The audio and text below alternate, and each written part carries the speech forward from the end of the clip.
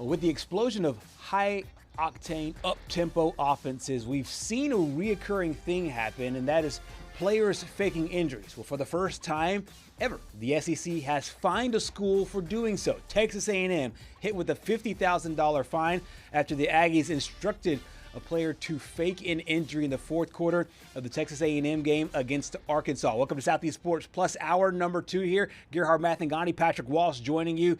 And what I find really interesting about this, Patrick, is the fact that we have seen for a long time offensive coaches bellyache about defensive players faking injuries and being instructed to do so from the sideline. This is the first time it went all the way to the National Director of Officials. They reviewed it, they highlighted it, they saw what happened on the sidelines. A coach or a support staff member or assistant coach instructing a player to go down. He goes down, fakes the injury, and next thing you know, $50,000 coming out of the Aggie wallets. Yeah, I believe this goes back to 2022 when the SEC unanimously voted in favor of this new rule, which, I mean, it's good for the sport because we've seen it so often with these high-tempo offenses. You just have guys that just, fall down while offenses are driving to get an injury timeout. And, sometimes the drives stall out. I'm going to throw my Syracuse Orange on the spot. We saw that opening weekend in the Aflac kickoff game where a couple of guys just, they mysteriously went down after, Tennessee was driving and there was no injury there. I mean, they were just falling to the ground. And I believe this one was in the fourth quarter in the game against Arkansas. That's right. And, I mean, they didn't even try to hide it. No. Because the report says it came from the sidelines that the Texas A&M coaching staff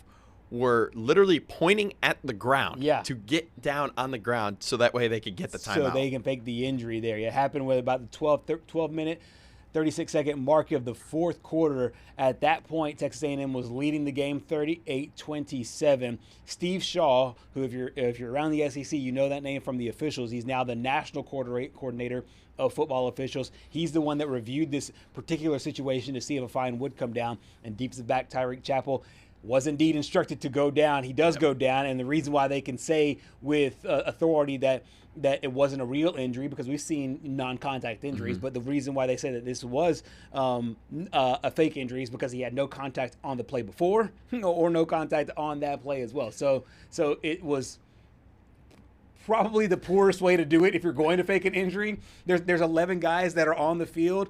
I would say on any given play, 9 of them make contact with another guy. So if you're going to fake an injury, at least do it with some guy who was touched in the play before, and he wasn't. If I'm not mistaken either, Gerhard, not only was he not touched before or after, he returned on the next defensive possession. Right. Like, what are we doing here? We're not even trying to hide it anymore. I'll get you guys in line. Like, what are we doing? This is insane. It really is insane. And I think that what has happened is that it has worked out in so many different ways to where you just get the player that is closest to the official. That way, if he goes down, the official sees him first and is able to blow the whistle. If it's the guy that's in the middle of the pack and the official doesn't see him, maybe that's the rationale for getting a guy that's so far open. But I am glad they're cracking down on this because they have made these rules to where, hey, if the offense substitutes, you get a substitute. So I mean, like if there is a change that defense gets to match.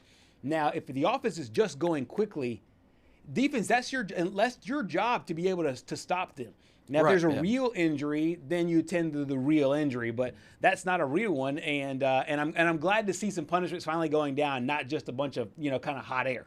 Yeah, and I mean, as you mentioned, there's no point, there's no place for this in football. I mean, just get your guys in shape better. Yeah. Just do some more sprints. I mean, if you're that gassed, maybe, or you look at the other side, tell your offense to, maybe chew up the clock a little bit. I mean, there's pros and cons to being able to light up the scoreboard. And we saw this with Miami's offense last year under Cam Ward. They were so good at offense that they would just go on 2-3 minute drives, and the defense, I think it was a Georgia Tech game last year where Georgia Tech would slow and methodically drive their way down the field, 7-8 minute drives at a time, and Miami would just answer with a 3-minute drive because Cam Ward would hit Xavier Restrepo or someone else for like a 70-yard touchdown. Right. And then That's almost as bad as throwing an interception, because absolutely. then your guys are just coming right back on the field. Yeah, and I will say that I don't think this lives in a vacuum. I think that all 16 teams in the SEC and all 130 plus teams in and around college football have had some form of this, whether it's practiced or not. They've had some form of this in their repertoire, so to speak, to be able to stop the clock. But this is one thing that Commissioner Sankey has said out of the SEC. He has said he's trying to stop this at all ranks as it relates to the SEC. And I'll read his thing verbatim. Is we're trying to stop any and all activity related to faking injuries to create timeouts. And he called the practice disrespectful to the game of football, which I agree with that. It's also disrespectful to players who might get injured in real life, and where you don't know the forest from trees. You don't know whether a guy is really fake or really hurt or fake hurt. As far as the rules, this was established back in 2022. I'm actually surprised it's taken this long to get here to where we're seeing our first fine here in 2025. Yeah, first offense, $50,000 fine. You get a public reprimand, and then the second, that fine gets upped to $100,000, and then further, you result in a suspension. Now, I mean, if you get caught faking an injury 3 times, I mean, you should just. I mean, the suspension's not even enough. At that point, you should lose your job because of that. Yeah. And it's, to me, it's just not the right coaching, and I think that to me, that the penalty structure, the penalty layer is perfect. Yes. A nice fine, a public reprimand, and hopefully that quells all talk of it. So Mike Elko can literally have one meeting that lasts 15 seconds and says, guys, no more of that. We're not doing that anymore. Only go down if you're really hurt. If you are not hurt, you stay in the game, and it's our job as a defense to try to stop these guys from being able to move the football, and or hey, if you strip a ball out and it's an incomplete pass, the clock stops. So I mean, there's ways to make the clock stop without having to fake an injury. Yeah, exactly. And I mean, I went ahead and pulled up here the drive chart from the game. Coming into the third quarter, out of halftime, A&M 3 plays, 75 yards, a minute 26, and then Arkansas punts, and then a 4-minute drive for A&M results in a field goal. Right. And then a 3-minute drive results in a touchdown. Then A&M comes back with a touchdown of their own, 4:03. But I think the part that makes even less sense is there was still, 12 minutes left in the fourth quarter? Yeah. I mean, you're barely into the fourth quarter. You just got a stoppage of like 3.5 minutes. Yep. And Arkansas on that drive, 10 plays, 75 yards, 3:55 off the clock. I mean, and you can tell that's not even a gas situation. No. That is just, hey, Bobby Petrino and Taylor Green, they're killing it right now in this drive, and let's slow down the momentum or get some new bodies in here. Let's not get embarrassed by Arkansas. Pretty much is what they're trying to go.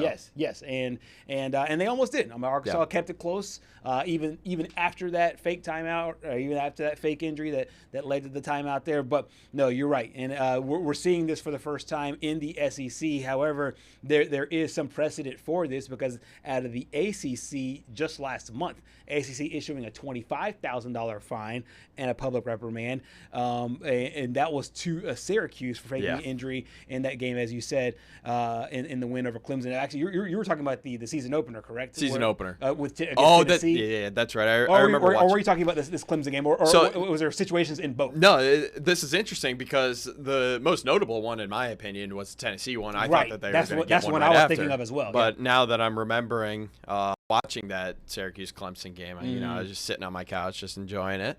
Right. I think it was every time Cade Klubnik and the offense were driving down the field, they would drop down. So it's happened. It's basically. So you're saying it's happened to Syracuse, where Tennessee guys faked it, and then it happened where Syracuse. No. Sorry. It was Syracuse both times. Oh, it was Syracuse on the offense both times. Yes. Okay. So that's why I'm shocked that it took that long. Right. Out of the ACC there. So that's a $25,000 fine for Syracuse, a $50,000 fine for the SEC, and we're seeing this. The SEC, the way the ACC and the SEC distribute fines has been completely different this year. When you talk about the field storming, I think the SEC's penalty was 10 times more than the ACC's penalty. I believe it's $500,000. Yeah, it was $500,000. That's ridiculous. And speaking of, I don't know if you saw this, but Vanderbilt. In their win over LSU, they got a chance. They actually were did it the fined. right way. They did. They were saying, hey, because the SEC is saying, we are not telling you to not storm the field. We are just telling you the way that we want you to do it. Yeah, wait until everyone's off the field so that way no one gets hurt. Once LSU leaves the field, then you can do whatever you want. That's why, I mean, we were talking about this. I think Simone was like, what in the world are you talking about with Clemson? They storm the field after every game. Yeah. Storm the field right. Loosely. They all just congregate on the field. I think it's like they call it a gathering at the paw or something like that, and they don't get fined because they wait until everyone's off the field, and then you can just do whatever you want. Right. But, I mean, we were talking about A&M. They're hot right now. They are. And it's honestly, it's still pretty shocking that A&M's 7-0. 7-0 right now, and just like Chessa said it in our last segment, Chessa Boucher, she said it perfectly. They've been able to win in all kinds of ways. Yes. They've been able to blow teams out. They've been able to stay in close games, both on the road at Notre Dame and at home in their previous two matchups.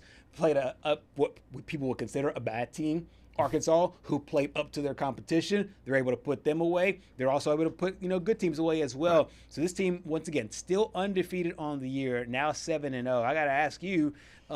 I had my doubts early. I can't even lie. I had my doubts earlier. I can't lie either. I mean, I said on the show, they're gonna find a way to go 8-4. You said 8-4 as well. So, given where they are now, in a really tricky game, because I fed this to Chessa Boucher on a platter.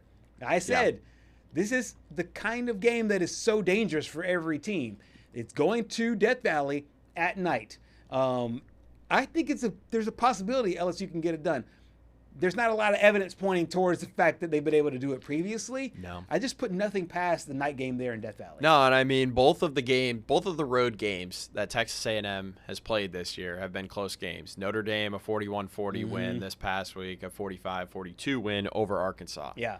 Now, I just don't, as Chessa mentioned, and I think she brings up a great point, I don't think LSU has the offense to go tit for tat with them, basically. Yeah. I just do not see Garrett Nussmeier. I mean, right now their best weapon is Trey Green, a former college basketball star. Right. And Marcel Reed, as she mentioned, just carved up LSU last year. It hurts because LSU is so close to being good. Right. But yeah, I mean, Brian Kelly might be James Franklin 2.0. Just can't win the big one. And I think that you're hitting it on the head because of the fact that, hey, LSU going into the season, that was his words. Yeah, that was his words. His most talented team he's had, and it felt like, hey, they were taking receipts. They had to win. The college football. They have to win this year. And now, they have to because he set up all the expectations going into the year. Speaking of expectations, everybody was talking about Mike Elko at the beginning of the season and this football team, and there were some guys that were sour on him, and he said, no, believe in our start. No. Believe in us. We could be national champions. And now he talked about a 7-0 start. I think you've seen us make some plays in the fourth quarter that have certainly made the difference. If you look at our games, I think there's been, 3 games now that have come down to one score in the fourth quarter, and for us to be 3-0 in those games, I think the feelings in and around this room and the questions about my job security would be a lot different if I was on this podium at 4-3 than me standing here at 7-0. And so the way we finish games, the way we've made plays down the stretch, that matters. But again, we talk consistently about how success is rented, and we've got to make sure that we continue to do it and continue to do it at a really high level.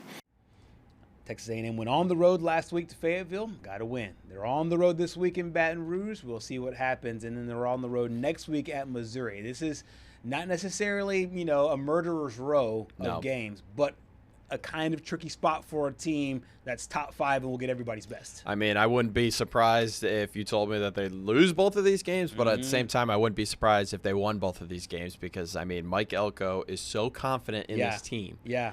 But on the flip side, you're still holding your breath. I don't care what he says about how this team is different. You have to still hold your breath just because I know from being a Cowboys fan, you always hold your breath as the season goes on because it's like, all right, when's it going to happen? Yeah. All right, when's it going to happen now? Yep. Oh, there it is. Yeah. And for this team, as of right now, it still hasn't happened. But as you said, this team has a track record of it happening. I find the line very interesting. I'm going to keep saying this throughout the course of the week as long as it stays where it is. It is still at 2.5. Texas A&M is a 2.5-point favorite, which means they're telling you if this game were played in Jerry World, they'd basically be a pick'em. It'd be a neutral site game. It'd be a pick'em. And if you are like Chessa thinks that Texas A&M is head and shoulders above LSU, then it's a different spot here. So it's a really interesting matchup there, and we'll see how it all shakes out on Saturday.